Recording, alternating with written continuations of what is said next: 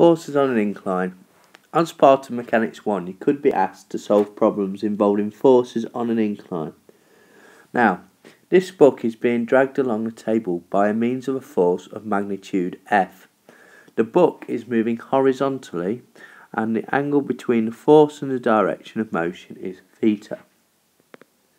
So, we've got the book moving in this direction, but it's being pulled by a force here, which, as you can see, is not parallel to the direction of motion. Now what we need to do is we need to identify the component of the force F that is acting in the direction, okay, and we also could need to find out the component of the force that is acting vertically as well, depending on the question. When we move further through Mechanics 1, we're likely to see problems where we are looking at forces on inclines and we need to find both a component in the x direction and the y direction. So, to find the component of the force that is acting in this direction, we need to use trigonometry. So, we'll just look at the basis on the diagram I've just shown you. So, if we label our diagram, so opposite the right angle would be our hypotenuse, opposite angle would be O, and the other one is the adjacent.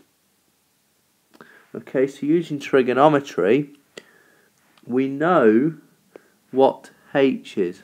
It represents the force we're told, which is F.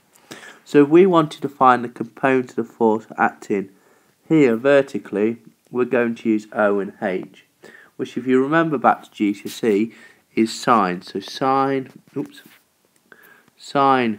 theta is equal to opposite over hypotenuse. Now we know that the hypotenuse is F, so we could change this to sine theta is equal to opposite over F.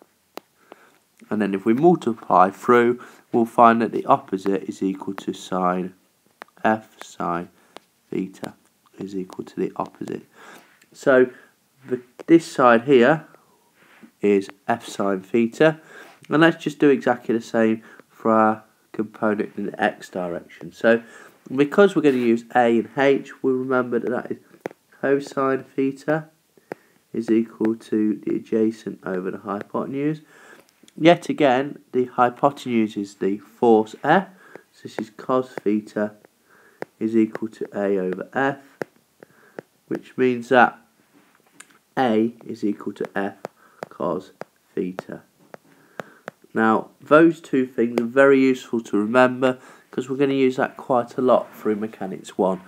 But the part in the y direction is F sine theta, opposite the angle, and the x direction is F cos theta, or wherever the adjacent is. So, let's use those two rules to answer some questions on just finding the component of a force in the z and y direction. Not z, x and y direction.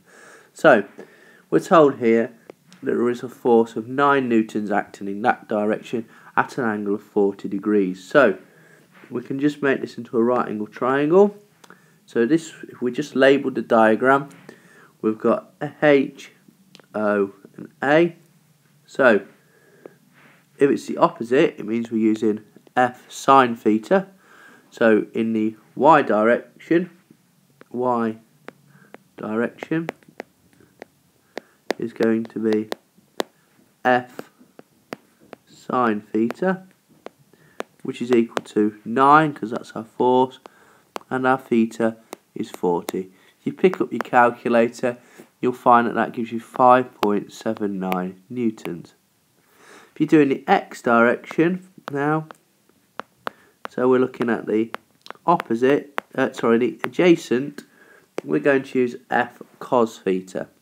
So that is F cos theta, which is 9 times cos of 40, which is equal to 6.89 newtons. So you need to remember these two rules because you're going to use them quite a bit in your Mechanics 1 course.